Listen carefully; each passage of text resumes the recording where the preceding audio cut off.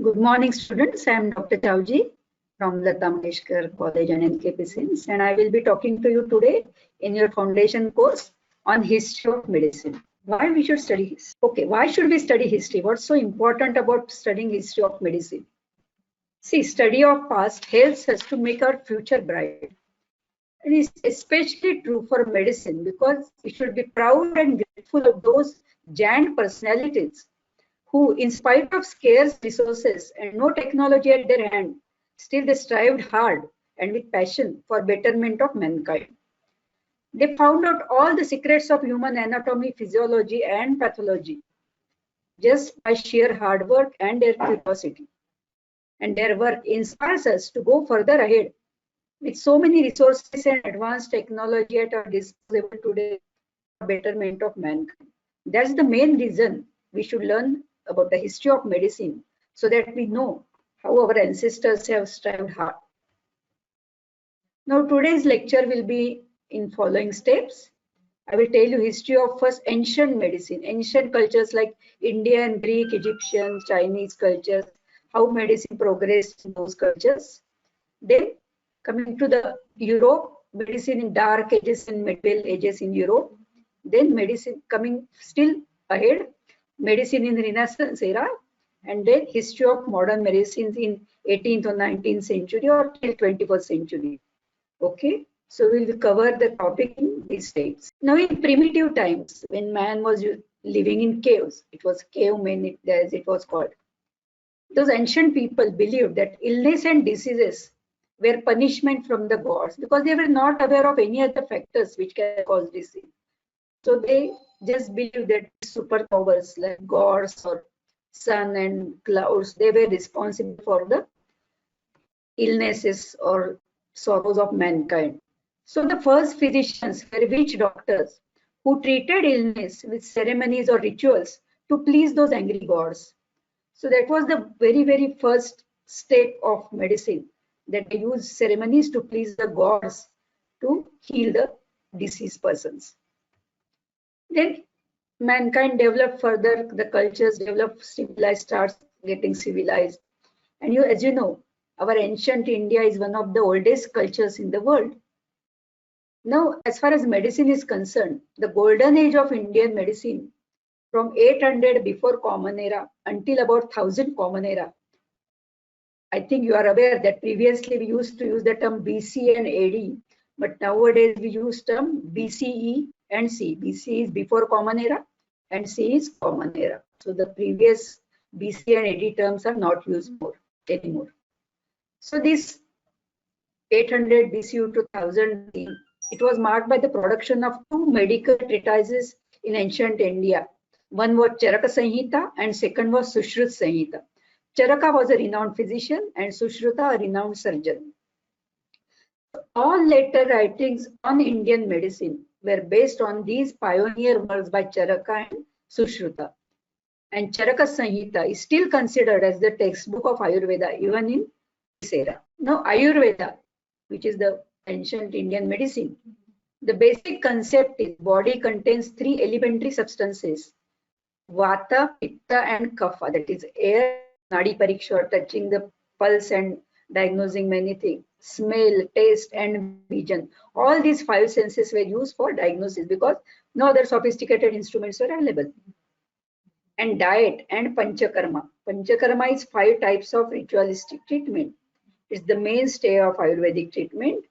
And this Panchakarma is supposed to be detoxification and rejuvenation therapy of our human body. Now, after the ancient Indian culture, we go to the Greek culture. What was the position of medicine in Greek culture? We will consider around 1200 BCE to 200 BCE. Greek physicians made observations about the human body and the effects of disease on body that led to foundation of modern medical sciences. Many modern are based on the Greek language. For example, KARDIA, cardia means heart. So nowadays also we see cardiac surgeon or cardiology. So where this term cardia for heart came from the Greek language. Similarly, krias means flesh. Pancreas, which is a fleshy organ, was called as pancreas because of its fleshy appearance, because krias means flesh. Plagia. Plagia means weakness. This is again Greek word. And nowadays modern words like hemiplegia, paraplegia, they are used for still use. So plagia is the original Greek word. Another word is pan. Pan means all, everything. So that today we say pandemic of corona. That is pandemic means it is involving the whole world. So any disease which involves whole world is called as pandemic. So all these words used today in modern medicine are basically from the Greek language. Now the two great names in the history of Greek medicine were Hippocrates and Galen. They dominated the beginning of period of remarkable scientific creativity and which lasted for more than 700 years. Both of them furthered scientific knowledge and crystallized it in an amazing volume of written works. Both Hippocrates and Galen wrote down whatever they found or whatever knowledge or wisdom they got, they put it in writing. As you know, Hippocrates, the era was 460 to 377 BC. He's considered as the father of modern medicine. And his name is given, that is Hippocratic oath, that doctors take when they're inducted. When you become doctor, MBBS doctor, will take this Hippocrates oath still. And he was the first to attempt to separate the practice of medicine from religion and superstition. So he gives more scientific knowledge to regarding medicine and separated the practice from religion and superstition, which was prevalent till then. As Vata, Kapha, Pitta and Kapha were in Ayurveda, similarly in Greek medicine there are four humors: blood, which was thought to come from heart, flame from the brain, yellow bile from the liver, and black bile from the spleen. So these four humors were supposed to control our bodily functioning or bodily health. Now, what is Hippocratic Oath? It is a pledge and a guideline for honorable standards of action. That means what we talk lots of today regarding medical ethics, and this basis of this medical ethics was millions of thousands of years ago was decided by this Hippocratic Oath. In short, it says, I will use treatment to help the sick according to my ability and judgment, but never with the view of injury and wrongdoing. Never do any injury to the patient. Into whatever house I enter, I will enter to help the sick. This is the basis of Hippocratic Oath, which teaches us morality and ethics about medical practice, laid down by Galen. There was one ancient surgical procedure in Greek medicine which was called as trepanation, where a hole was cut into the skull of a deceased person to release the demons or evil spirits. It was thought that evil spirits or demons cause the illness. So making a hole in the skull was done to release these demons or evil spirits. And today, even in modern surgery, we do trepanation or burr hole. Nowadays, we use it to release the raised intracranial tension. But the principle is same, making a hole in the skull. What happened to the slide? Oh, something is wrong. And now we have come to Egyptian medicine. As you know, Egyptian culture was also one of the ancient cultures, and they were also advanced in medicine. And they were the first to keep accurate health records. They wrote prescriptions on papyrus. You know, papyrus is a very thin paper-like substance which is made from the barks of the trees. And priests and physicians were the same, and temples were used as places of worships, medical schools, and hospitals.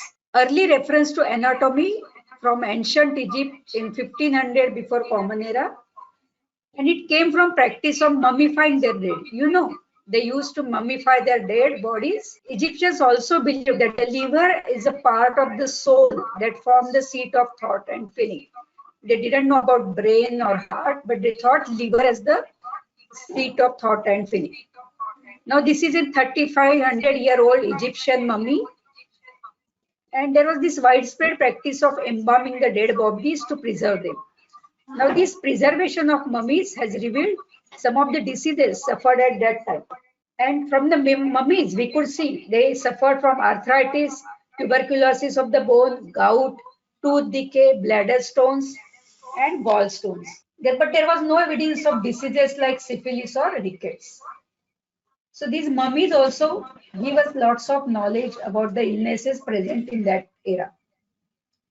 Now, Imhotep was one of the very successful Egyptian physicians, and he was one of the first medical men whose name is on the record and became known as the god of medicine. He began using simple surgical techniques instead of just some magic or witchcraft. Now, this is one of the famous papyrus, which is called as Ebers papyrus, and it is the oldest collection of medical writing, that is about 1600 BCE.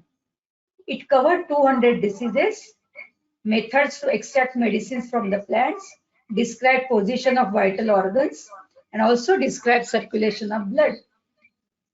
Again, this is one of the papyrus which probably showing lots of surgical instruments they were using during that time.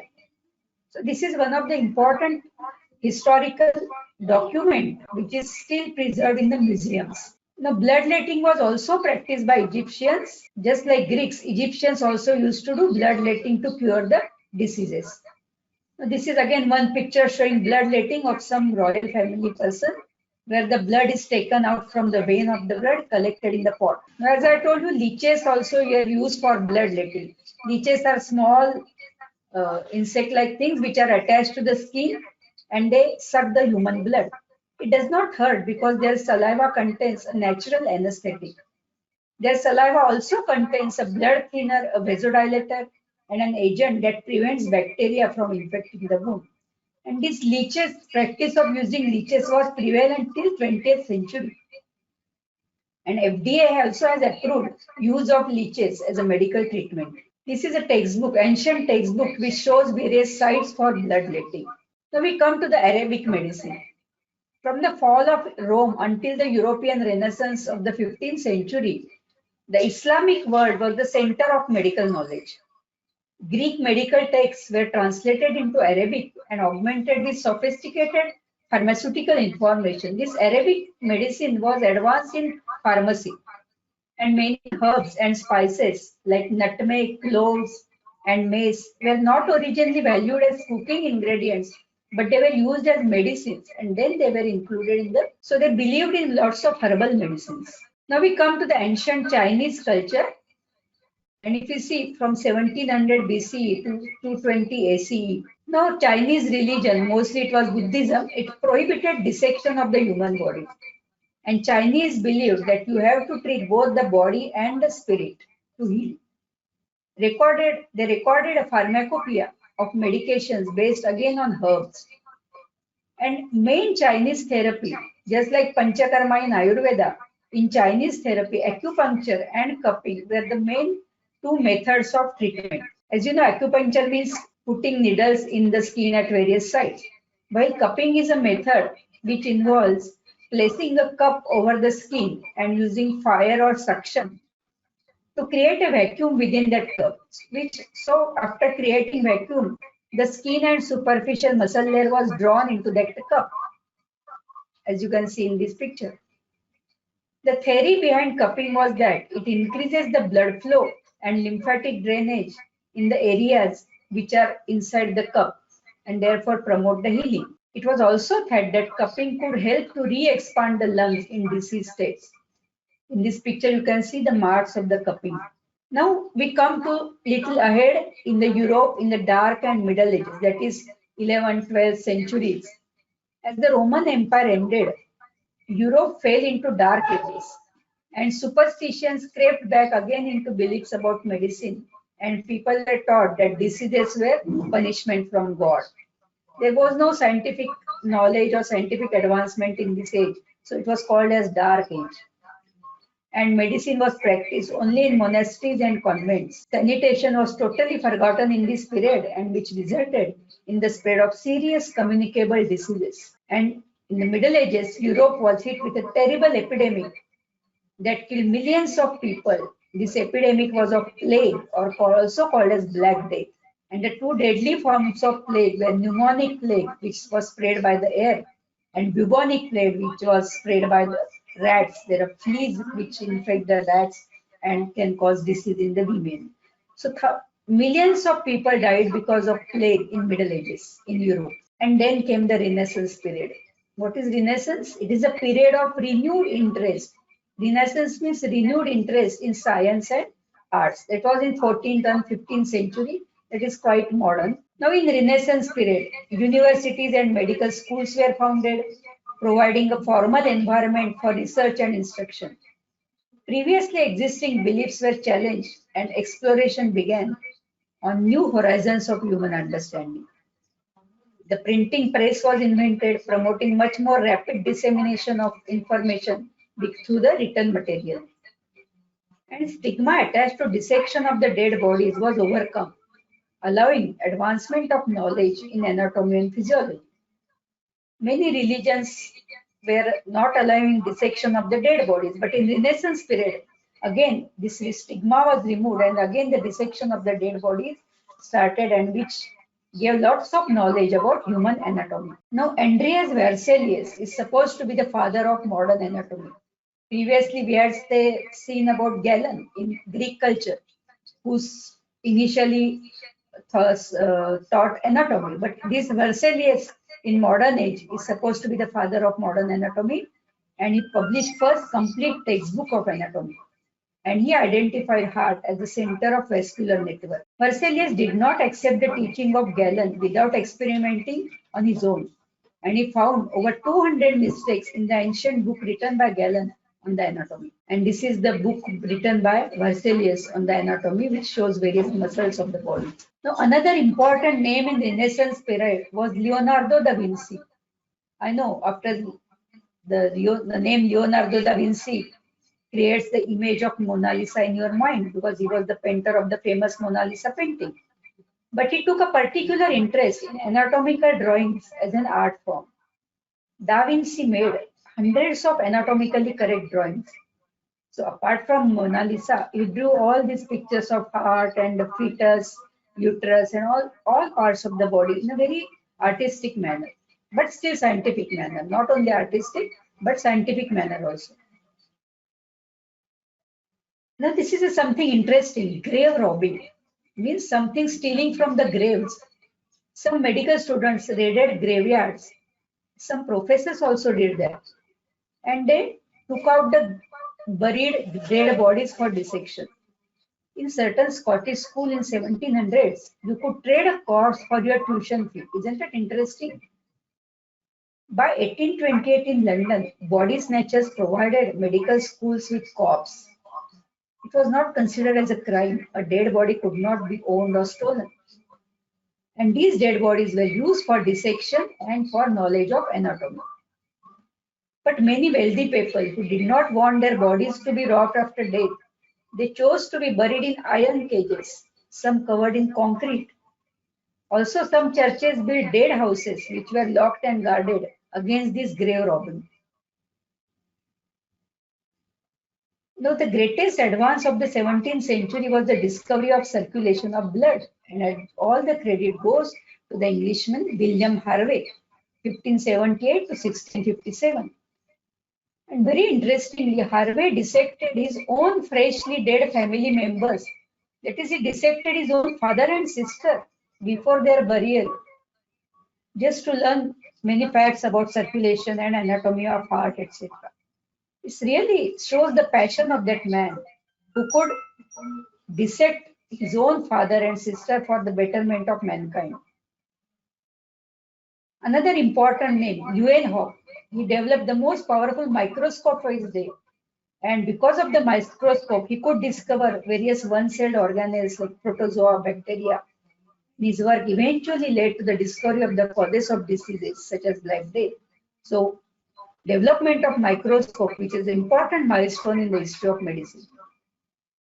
Edward Jenner, as you know the name, he invented the vaccine for smallpox. And this was initially ridiculed. People laughed at him. Louis Pasteur, these are all important milestones, important names of the giant people. Louis Pasteur argued that diseases were caused by germs and so effectively established bacteriology as a science. He was a renowned microbiologist and a father of vaccination, pasteurization, and microbial fermentation. He was responsible for the vaccines of cholera, anthrax, etc. Now, James Lidd in 1716 to 1794, he discovered vitamin C.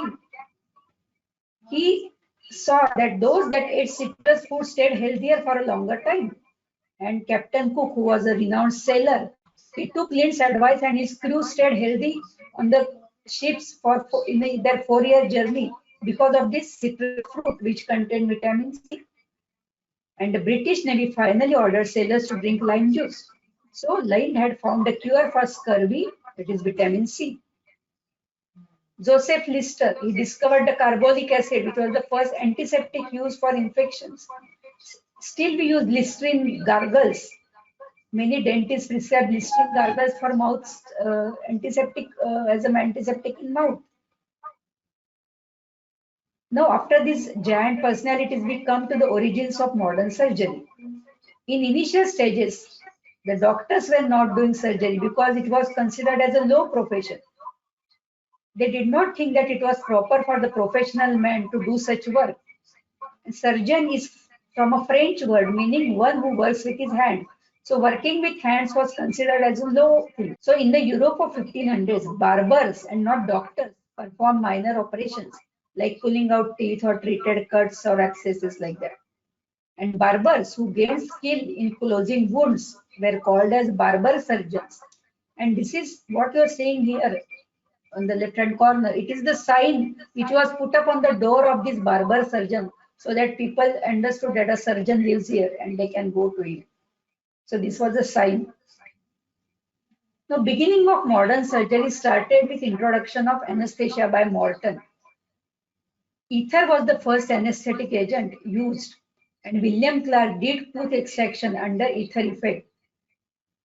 In 1846 October, Dr. Warren, he operated on the jaw to remove the jaw tumor under the ether narcosis performed by William Morton. So Morton was the pioneer anesthetist and Warren was the surgeon. So this duo of Warren and Morton performed major surgeries because of use of anesthesia as ether as an anesthetic agent.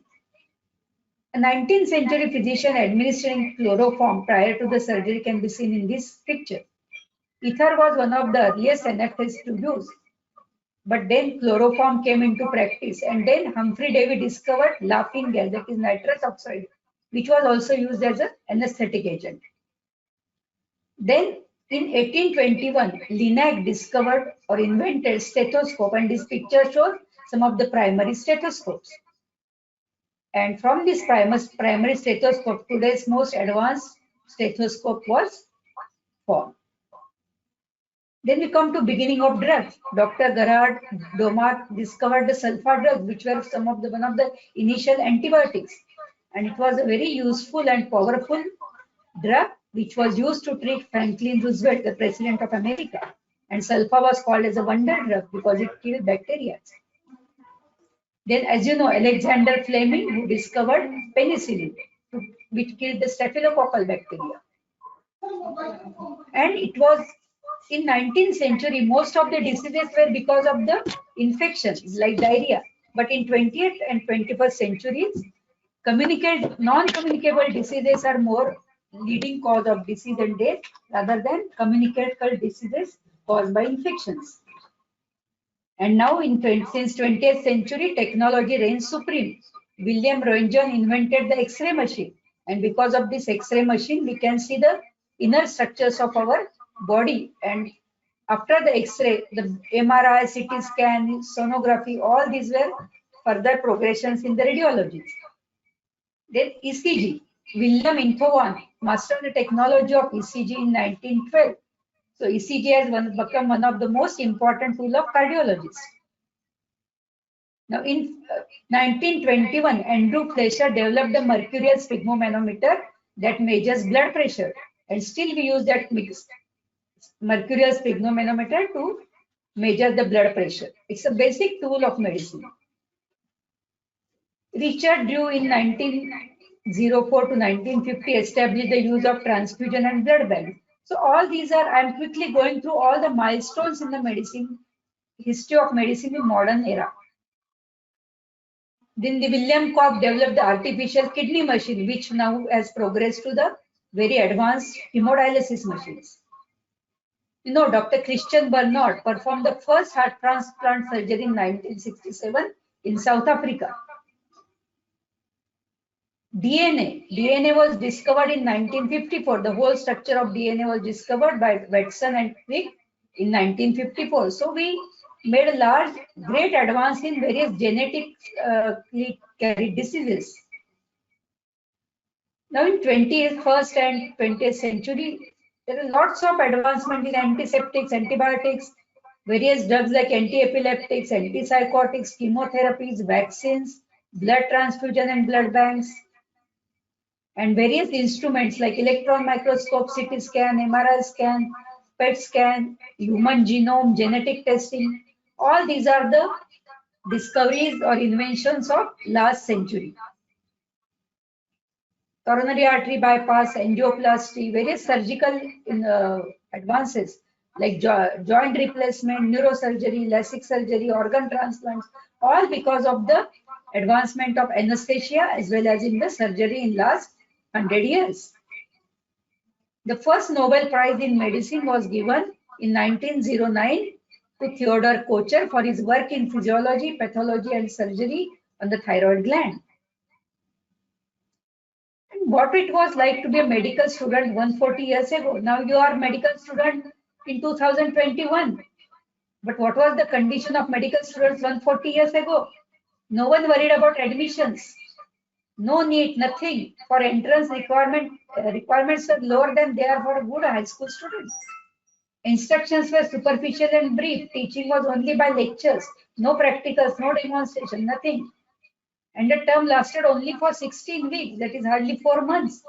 Now you are in medical college for 4 or 5 years. But initially only 4 weeks. And after the second term, the MD was automatically given regardless of the student's academic performance. Isn't that interesting? It was not uncommon for students to graduate without ever having touched a patient. So this is the birth of Johns Hopkins University and Medical School, which was supposed to be the first modern medical school in America. And this is one of the first wards in that hospital. And this is a picture of most modern surgery theater, where you can see lots of gadgets and lots of finer instruments and anesthesia and everything. So students, I have tried to cover the important milestones in the history of medicine. I know it's a very, very huge topic. And if you go into details, it will take 2-3 hours to tell each and everything of history of medicine. But I have covered only important points, and these are the like footprints in the sands of time. And you as a medical students, by learning this history of medicine, I hope a new ignition, a new interest has been generated in your minds, so that with your available so many resources and such an advanced technology, you can also make your footprints on the sands of time in the field of medicine by doing further research and for the further betterment of the humankind. So thank you students for patiently listening to me.